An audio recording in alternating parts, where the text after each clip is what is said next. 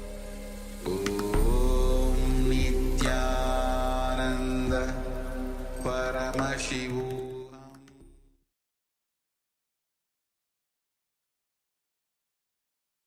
All right. You can open your eyes now. And now take a few moments to verify if you have succeeded in redesigning your body, sculpting your body through the third eye. So whatever is visible, you can check in the mirror, you can take a picture as well, and anything else. However, you can verify if it is noticeable right now. You can share your experience. Otherwise, you may want to share later on, maybe using medical instruments, for example. Yes, make sure to take some pictures throughout the day.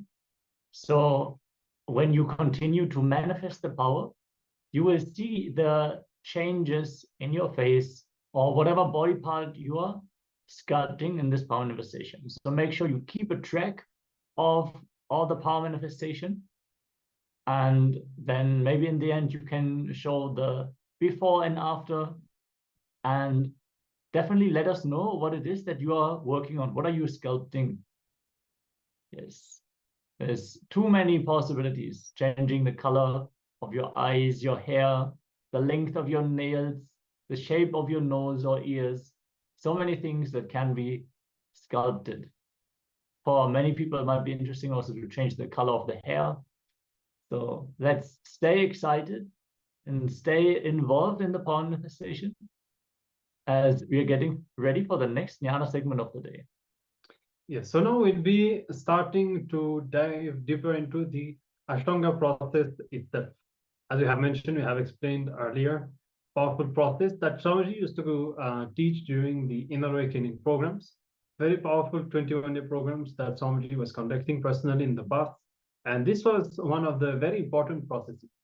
So we'll be starting now with the Ashtanga process, going step by step, and first receiving the fundamental understanding from Swami. So let's bring our listening and let's enter into the Ashtanga process.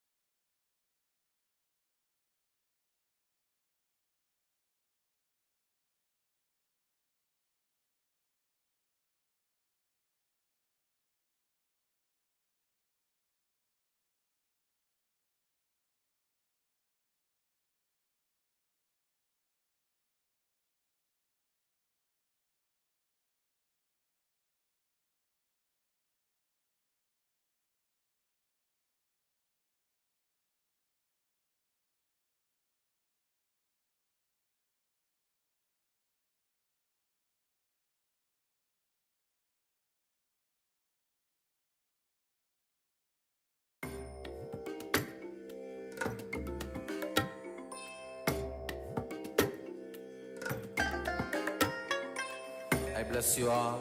Let you all open all your three eyes and manifest the powers of Mahasadashiva. Om Nithyananda Paramashivoham. Om Nithyananda Paramashivoham. Om Nithyananda Paramashivoham. Om Nithyananda Paramashivoham. Om Nithyananda Paramashivoham. Om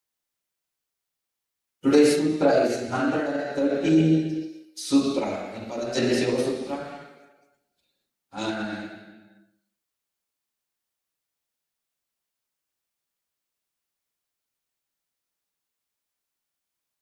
in the third chapter, 7th verse,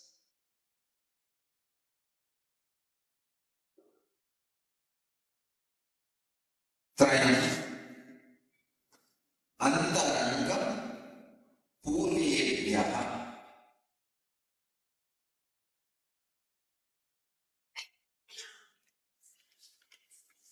Swami Vivekananda translates the sutra as these three disciplines are more internal than those that precede.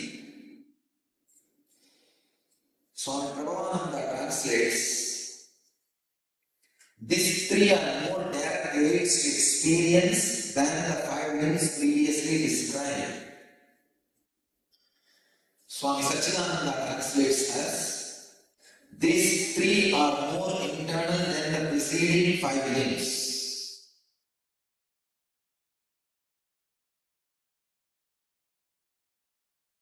I'll try to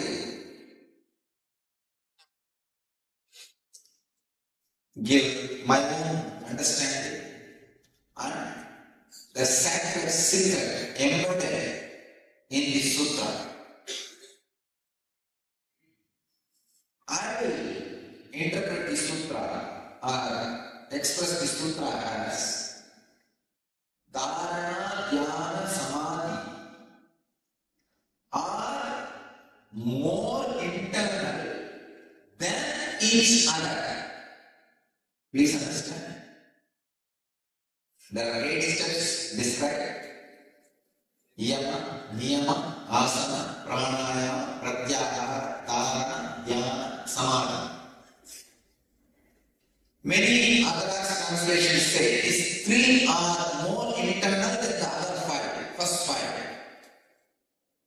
I will say these 3 are not only more internal, deeper than this 5, they are internal and deeper even the one next to each other. This Dharana, Dhyana, Samadhi is not only more deeper than the Yama, Niyama, Asana, Pranayama, Pratyahara. They are deeper. Dhyana is deeper than Dharana. Samadhi is deeper than Dhyana.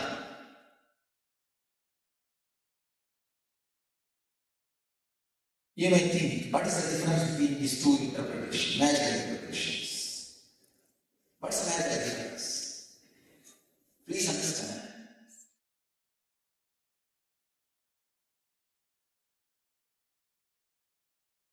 The difference between the first 5 steps and the last 3 steps is not only quantitative, very qualitative. It's a qualitative difference. If you think the difference is only quantitative, you can always get cheated. You can miss your sadhana. Please understand. Understand. Now I will explain. Dharana, Dhyana, Samadhi is the best story I found to explain the Dharana, Dhyana, Samadhi.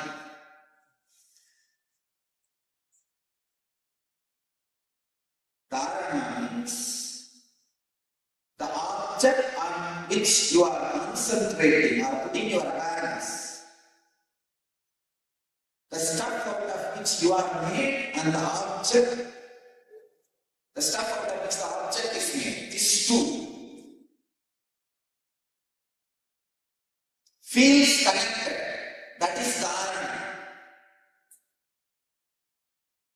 That's an example in Vedanta. Tailadhara. If you pour the oil from one cup to another cup, how in an unbroken way the oil flows. Same way the mind flows. That is called Dharana.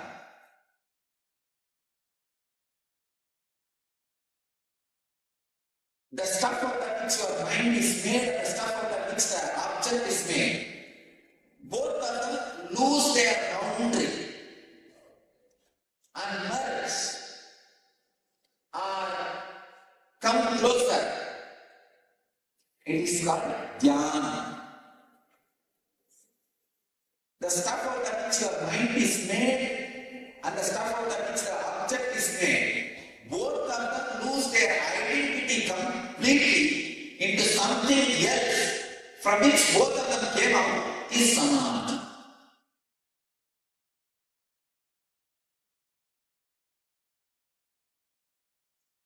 So the difference between dharana, dhyana, samadhi, a clear technical understanding is required before you proceed and experience those states. Find out in your life whether the flag is flopping, or wind is flopping, or mind is flopping, or mouths are flopping. You will understand in which stage you are in.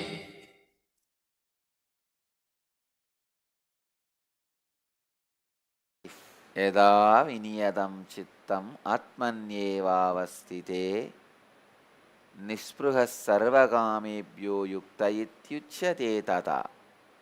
Ability to learn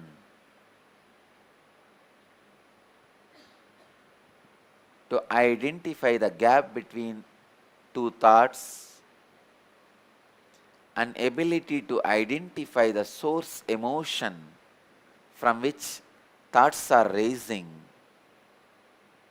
will make your chitta vinyata, means your mind disciplined.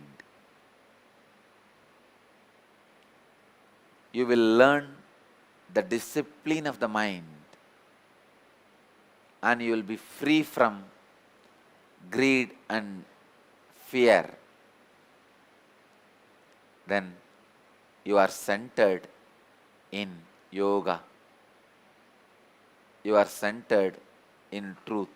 I used to do this when I was in Ramakrishna Mission in Mylapore Mutt. Early morning the milkman will come with cows. The rule in the ashram is the fresh milk has to be offered to Ramakrishna. Ramakrishna used to be very particular that no water or anything is added into the milk. He loves the Bengali sweets. So the fresh milk has to be taken and they will make payasam, porridge out of that fresh milk and some milk sweets for him and offer. Still, many of the Ramakrishna Mats keep that tradition. Cow has to come to the ashram near the temple. If they have their own cows, great, they will bring it from the ashram near the temple and milk and directly take it to the temple shrine. Even if they don't have cows, the milkman has to bring the cow from his house. They will not accept the milk got from the cows in the house itself. No. The cow has to come. They will bring in Chennai city, Mylapore, almost 1 kilometer. The milkman, every day morning and evening, he will come with 10 cows. Holding those 10 cows, he will come from the house to the mutt behind the temple. I was serving as a kitchen bandari and shrine bandari, means the in charge of kitchen and shrine. So morning I will sit when the milkman brings his cows and starts milking. It will be almost 1 hour process. I am such an active guy, 1 hour sitting silently is a big job. And I can't meditate also because this fellow may put some water or he may not wash his hands. I have to be sitting with open eyes, with a awareness what is going on. After 2-3 days, I was wondering, what is this? It's like a punishment for me. Every day morning I have to sit almost 1 hour seeing this guy milking the cows. Then I started wondering, why this is started.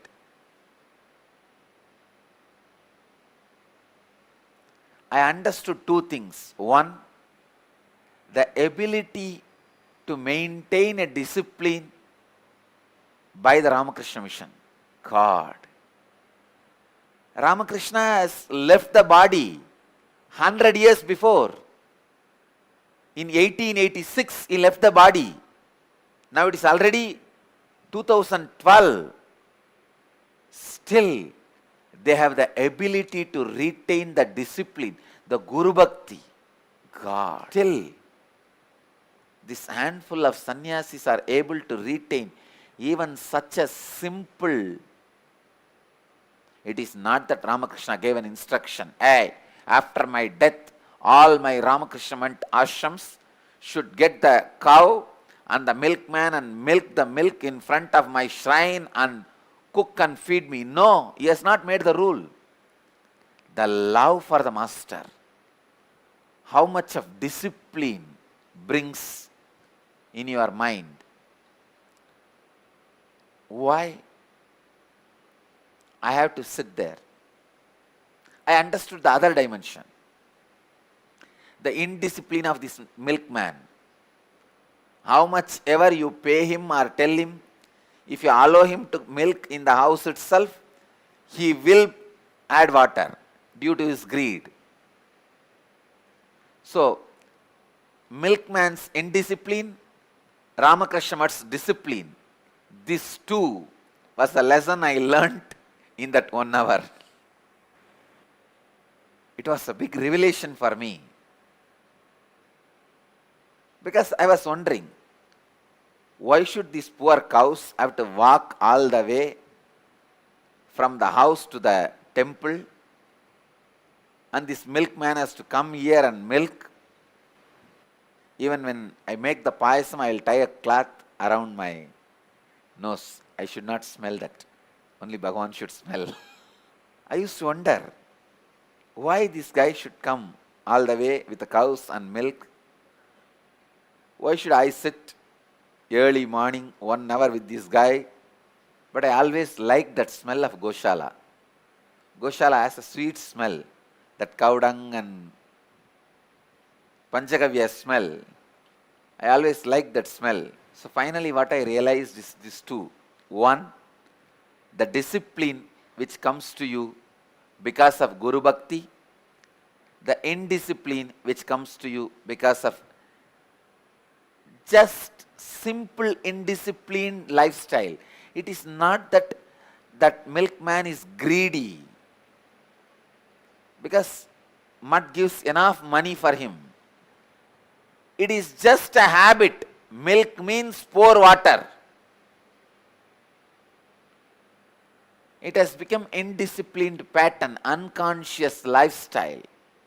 Then that day, when I realized these two truths, that day when I made the payasam and offered to Ramakrishna, I prayed, Bhagavan, just bless me. I never cross the discipline of the mind. I always live with a deep discipline of mind. I tell you, he really granted that to me. Discipline of mind. Chitta viniyatam. Discipline of mind lands in you when you know how to catch the gap between two thoughts.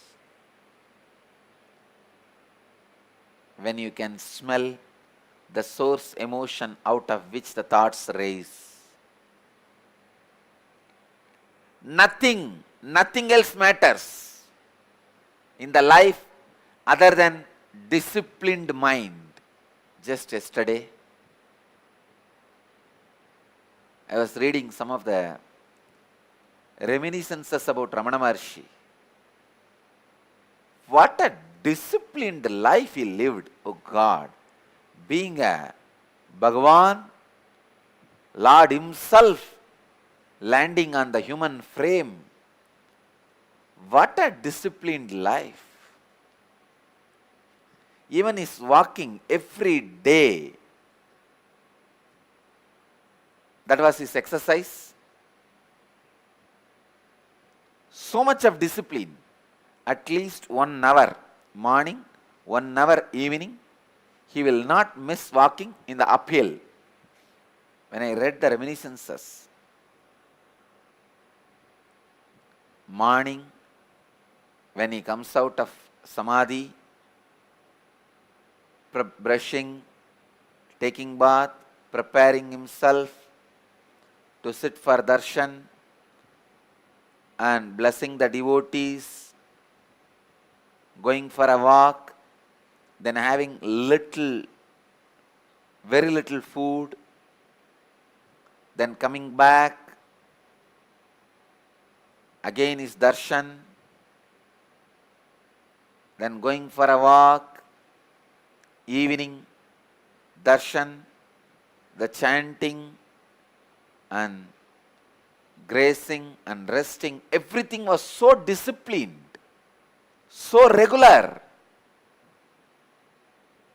Whoever comes, even if the king or queen, those days even kings and queens used to come and have his darshan, he will not miss his walk. Even if the king or queen comes, they have to sit and wait.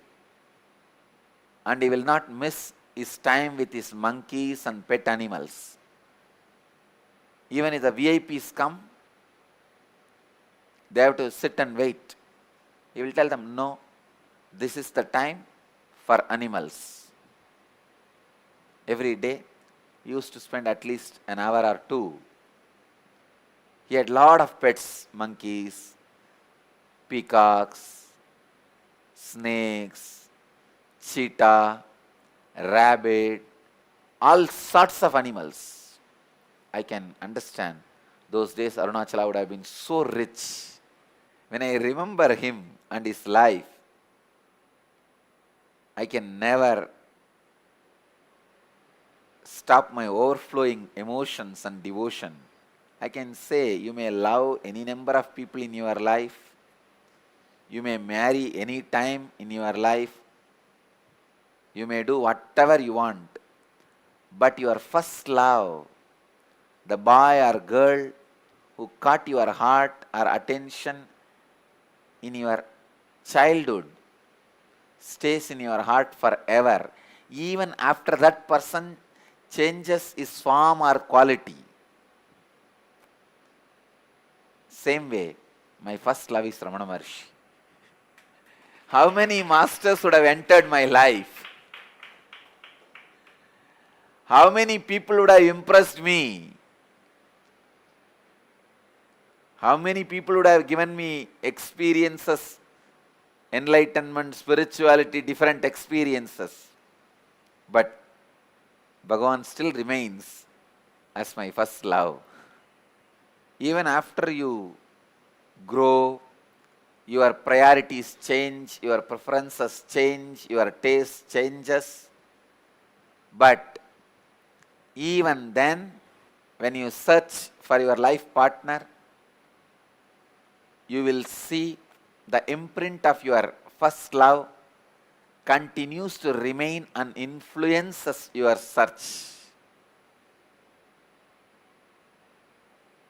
Same way, Ramana Maharishi is my first love, and any number of masters I may connect with, worship, relate, have experience, darshan, read, but he continues to remain in me, influencing, inspiring. Any master I see, the qualities I search in them is the qualities of Ramana Maharishi. Only with that scale I measure or judge, understand whether he is a master or not. If I just live like him and die, I'll feel I'm fulfilled. What a discipline. What a life. You need to understand an important thing. Your mind is universe. Universe is your mind. Even though Shiva doesn't give you any intellectual theories, concepts separately, he gives all the truth when he gives the techniques. It's an important thing you need to understand. The key or the essence of this sutra is mind and universe are one and the same. What you think as mind and what is universe, what you perceive as universe, both are one and the same. Please understand. Sometime, because of your pain or suffering, you may say, how can this universe be directly connected to my mind, Swamiji? That is independent and my mind is separate. Whether you understand or not, truth is truth. A small story. One rabbi, after his retirement from the service, he went to hotel, want to fulfill his lifelong fantasy of eating pork.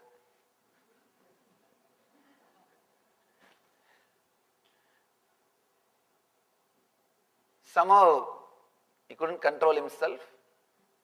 He went to the hotel, chose a corner, he sat in a corner, ordered for pork.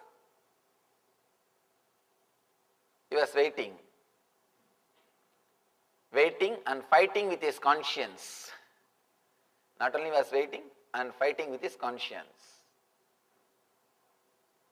As things will happen, one family from his congregation entered the hotel. According to Jews, nobody should eat alone. So naturally they straight came to the rabbi's table and sat in his table to share the food. In 5 minutes, waiter brought the big plate, opened the lid to reveal the roast suckling pig with a big full apple, baked apple in the mouth. They were shocked. And Rabbi also showed as if he shocked, and he started shouting, see, this place, you just order for a baked apple and what you get. You just order for a baked apple and what you get. You may use these words to escape from others, but you can't escape from yourself. And after it comes, you may think you are not ordered, or you may act you are not ordered, but nothing is served to you unless you order. Your mind and the universe both are directly connected. What you enjoy, what you get from this universe is nothing but your mind. Shiva says in the last sutra, he says your mind stops. Now he says the universe stops. Your mind and the universe.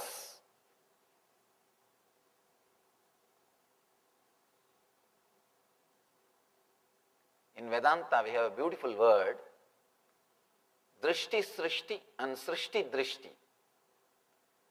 Drishti srishti and srishti drishti. Srishti drishti means what is you see. That's what we all believe. We are seeing what is. But drishti srishti means you create what you want to see. You create what you want to see. It's a little deeper level truth. Difficult to understand with our ordinary logic, but truth. Whenever the mind stops, universe stops. Ramana Maharishi explains this concept beautifully, this truth. Ramana Maharishi explains beautifully. Whenever your mind is not functioning, the world is not functioning. The world will not function. You can see in your life. When you are in the dream space, that looks as reality. When you are in this space, this looks as reality. When you are here, this looks as reality. When you are in dream space, that space looks as a reality. When you are in deep sleep, nothing is reality. Neither dream world nor this world.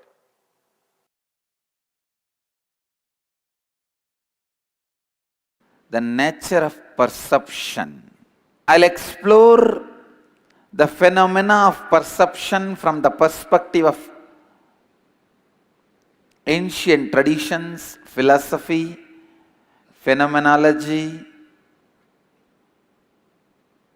and modern science. Please listen. I am defining perception.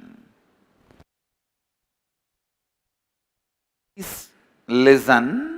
ध्यान से सुनिए. I am defining perception. Facts cognized by the patterns, the way the patterns react and respond to the facts is perception. Please understand the way your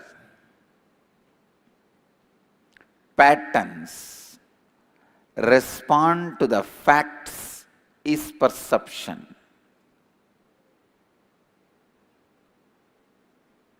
Let me make it more clear.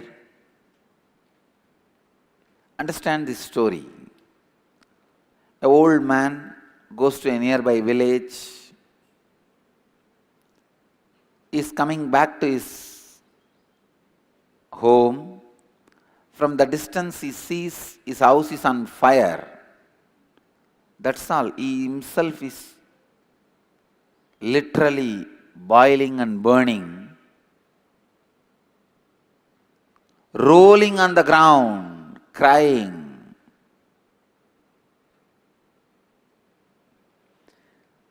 One of his sons came to him and said, "Why are you crying, Dad?" This fellow says, "Oh, my house is on fire, my house is on fire." The son reminds him, "Don't you remember? Just yesterday we sold the house." Immediately got up. And he became completely all right. He's okay now. All his suffering, pain, everything disappeared.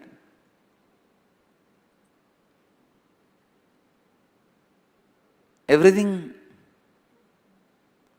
will become all right. Everything became all right for him. But in few minutes, the second son comes and tells him, "Dad, we sold, that is true, but still money has not yet come to us. We have not received the money." Then again this fellow rolls on the ground and starts crying, "Oh, my house is on fire, my house is on my fire, my house is on fire." Listen, the same house burning, for a few minutes, for the same person it was suffering. Next few minutes, it was not a suffering. Then again it was suffering. So basically, perception, how his patterns cognized the happening. Whatever happens as a fact, if you cognize with just these five senses, without any purpose inside, you are called idiot materialistic. Your philosophy of living is stupid atheism. please understand your cognition, if it is completely all about the fact happening outside. For example, this man, I'll take this one example of house on the fire. This man sees house is on the fire and he is there. When even if he thinks it is his own house, he is not bothered.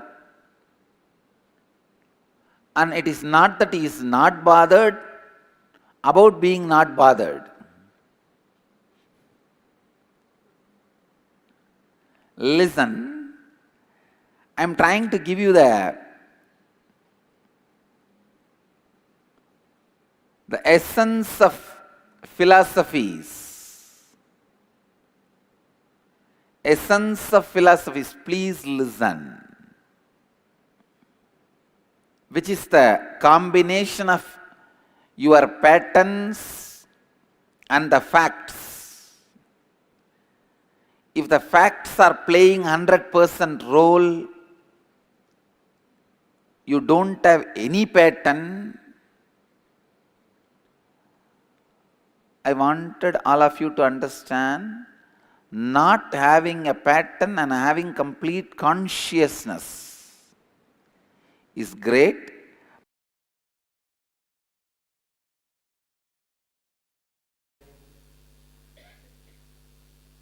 Internalize these two words, because I am going to use these two words again and again. Drishti, srishti, srishti, drishti.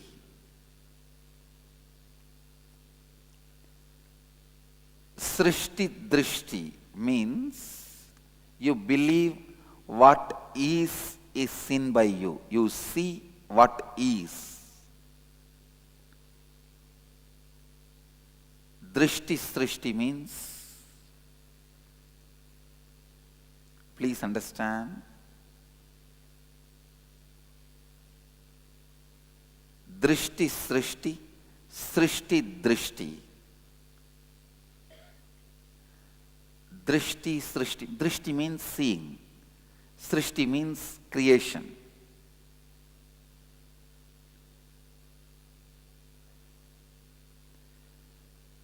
Sometimes you believe what is, the creation is, and you are seeing it, which most of us cognize most of the time. Most of us always feel it is there, I am seeing, so I am caught, I don't know what to do. Feeling powerless.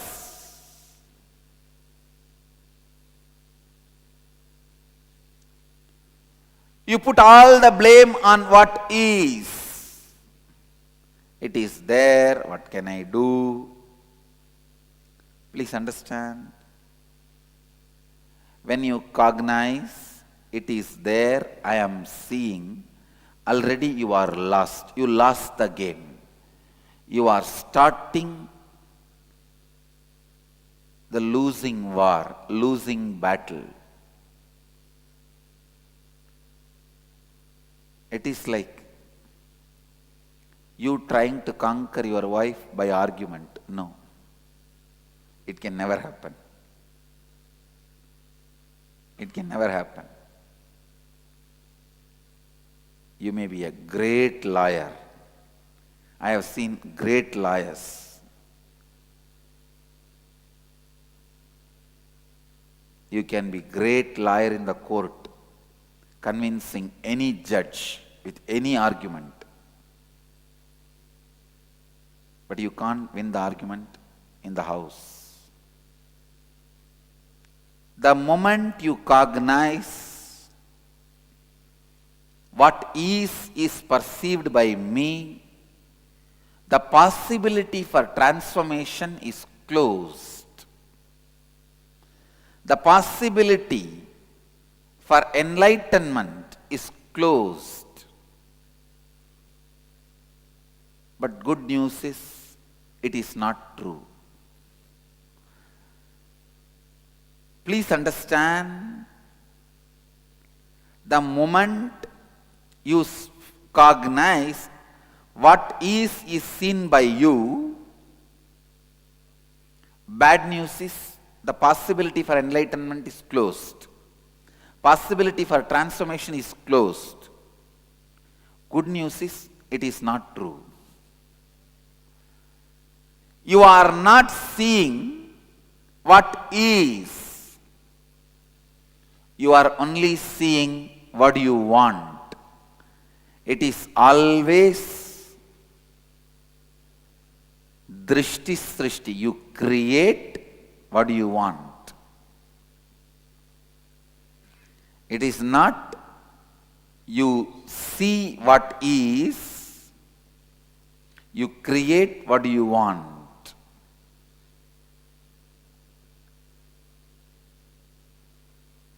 But so unfortunate, human beings are in a space of such an unfortunate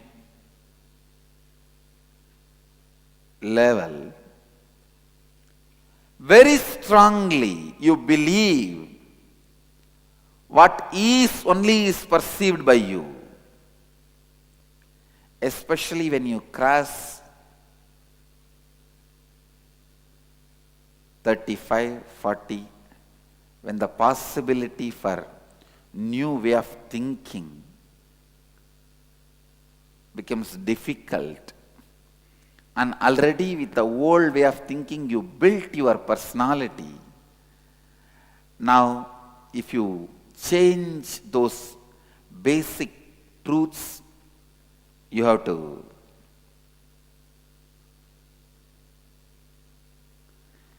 change your whole existence. You have to change your whole life, which is too much. Please understand, your every suffering and every ignorance is because of your decision which you made due to some other vested interest. Why you do not want the transformation? Because transformation means now literally the earth on which you are standing for last 40, 50 years will shake. Many things with which you consoled yourself as you are a success. That's one of the biggest delusion we create around us. We cannot bear the truth that we are not success.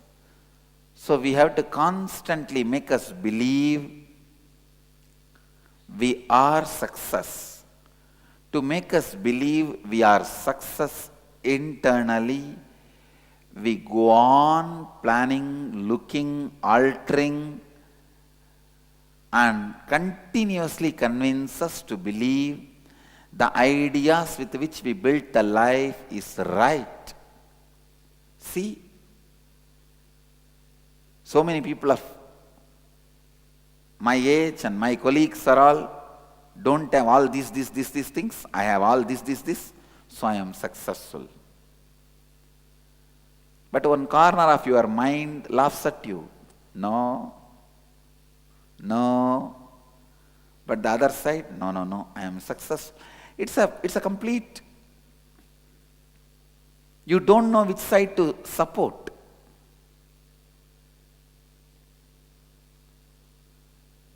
The person who finally lands into the utter confusion, which side can I support? One part of me claims and consoles me I am success. One part of me claims and condemns me as a failure. Which part can I support? If you are in utter confusion, be very clear. The seeking has started in you. If you have not yet faced the confusion, the possibility for transformation is not yet opened. first thing any person has to face in the life for enlightenment is the utter confusion. Am I successful being or am I failure? As long as you are convinced, you see what exists, you will not have this confusion. And we are also afraid of entering into the confusion. We do not want to rock the boat. No. It's all going well. Why unnecessarily create problem? You do not want to come to terms with the reality. You do not want to take any argument which is raising in you to the logical conclusion. Please understand, how many of you cognize, how many of you postpone taking any logical arguments in you to the logical conclusion? When the arguments raise, you postpone it, you push it aside. You don't want to take it to a logical conclusion. You suppress it, you push it under the carpet. How many of you do this in your life? Raise your hand. It's life. Look in. Anything you push it under the carpet without taking to the logical conclusion becomes mechanism which restrains your possibility. Please understand. The pattern of not reaching the logical conclusion is what I call life imprisonment. It is life imprisonment. Constantly pushing things under the carpet, under the carpet, under the carpet. You don't understand. Under your carpet now a big volcano is there. You are sitting on a volcano. How will you be in rest? How will you be in restful awareness? That is why you are not able to sit with you. I have seen people who are not able to sit with themselves.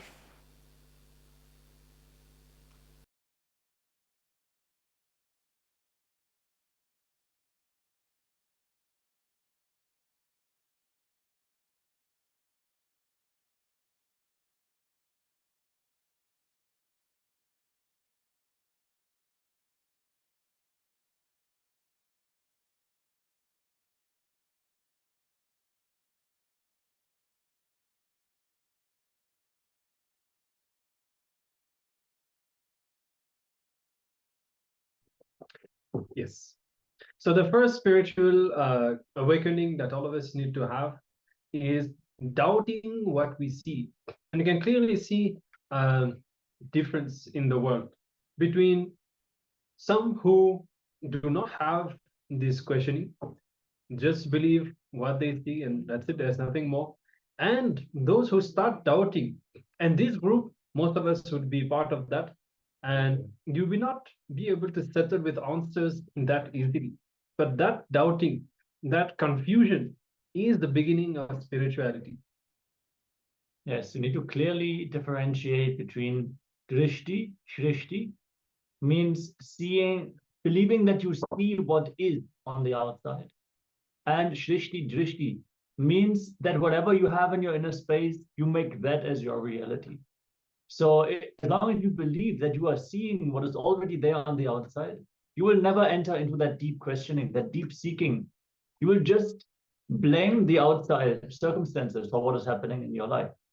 But when you start getting that glimpse that what you are creating in your inner space, that is what is manifesting in the outside, then you need to start questioning your very life choices, your very thinking patterns. That is when you have to step into the fire of completion. So let us now get ready to enter into a powerful process. So now this is going to be the dharana kriya. And in this process, we will get empowered to penetrate into other people's consciousness so that they will listen to us beyond their logic. Understand? This is a powerful technique that will allow you to speak into the listening of people. Thus, you'll be able to cause your reality through them and cause their reality by the power of the inner space and the energy space that you create inside yourself. So even more than the power of rolling the matter or seeing through the third eye, this technique, this power of consciousness itself is one of the most powerful and most useful powers that you can acquire. So we'll be getting ready to enter into the Kriya now. First, you will need to choose one person into whose listening you want to speak. One person whose reality you want to cause, or through whom you want to cause your reality. So take a few moments to reflect and make your choice. Ideally, someone with whom you already have a connection, some friend or family member. It could be your parents, brother, sister, husband or wife, whoever. Ideally, someone with whom you already started a conversation. It's not necessary, just it might be easier. Maybe for some of you, maybe you already feel that you have certain desire, maybe that you want to manifest through them. Or let's say that, for example, you're a mother, you want to manifest this power, practice this technique with your children, maybe, knowing that there's a certain reality that needs to be caused in their lives. So these are some of the different scenarios that are possible. Take a few moments to reflect with whom you are going to practice this technique with. And as we said, you'll be either causing your reality through them, in a sense that you may want them to do certain things, or you want them to listen to what you have to say in order to cause their reality, meaning they should take certain decisions for their own life based on what you will be telling them. And of course, now the thing is, okay, so you will not need to actually speak to that person right now. So some of you may feel that it would have been difficult, so I can relax. You do not need to immediately be able to speak to that person. We'll be entering into the technique so that the next time you meet that person, you will be able to cause that reality. Okay, so makes it a bit easier. You can make your choice now. Decide the person and decide a reality that should manifest. Choose the instruction or the ideas, the words that you want to use, that you want to convey. Can take a few moments to reflect on the script that you are going to be choosing. Now, what you will be doing exactly, you'll be picking up a mirror, invoking the person in the mirror and seeing into their third eye. You will be literally sending the words directly into their consciousness using the mirror. So this requires you to be very clear on the words and the statements that you want to use. Exactly. Go through this exercise step by step. Be very clear about what is the reality you want to manifest. Who is the person you want to influence or you want to cause their reality. The words you want to speak to them. The instruction that you want to give. And then once you are fully settled, you can even take notes for your own clarity. Pick up the mirror, invoke the person, see into their third eye, and send the words directly into their consciousness. So let us enter into this process. If you have any questions, let us know. But for now, let us enter into this process.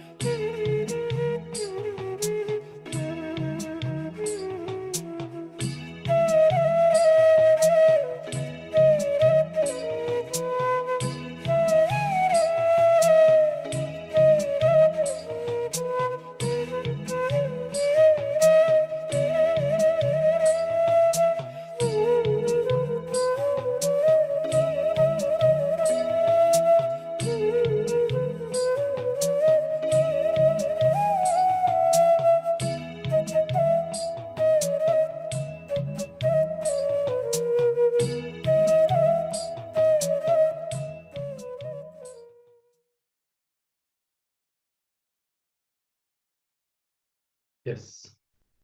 So I hope that you had enough time to complete the process, to practice the technique.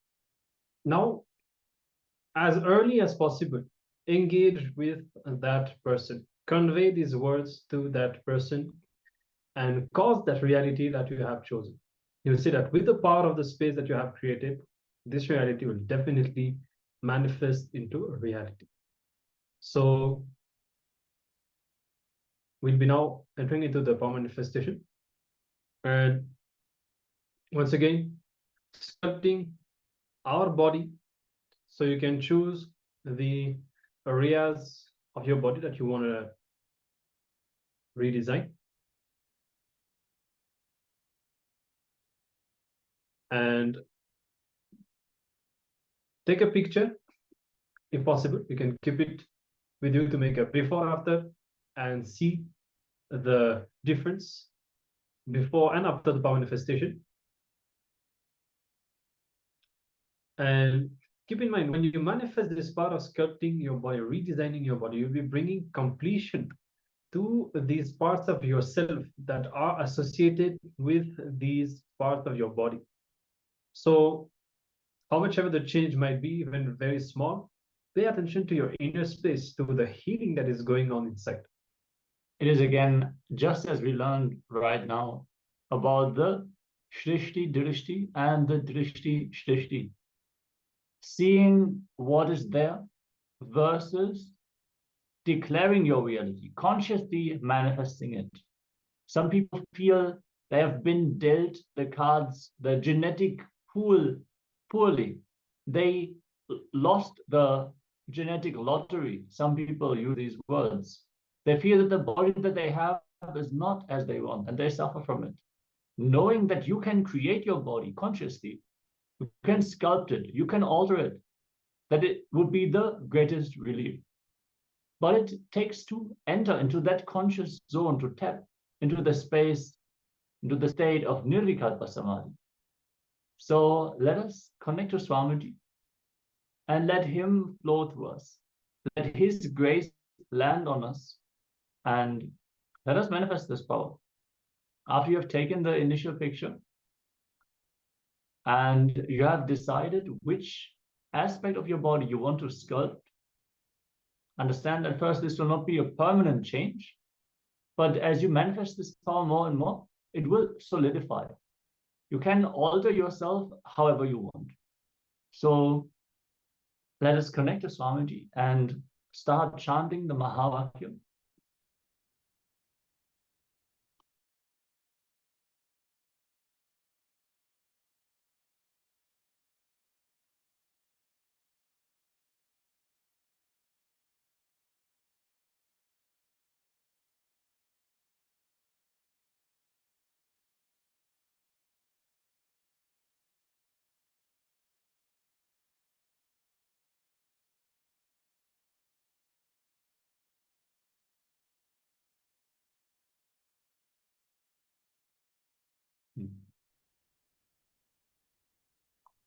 Let us start chanting the Mahavakya and connect to Swamiji.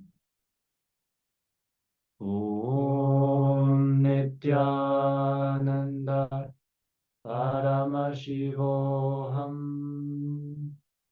Om Nithyananda Paramashivoham. Om Nithyananda Paramashivoham. Keep vibrating with this cosmic passcode and dissolve, melt in the sweet feeling connection with Swamiji. Let him flow through you and manifest this power of body sculpting.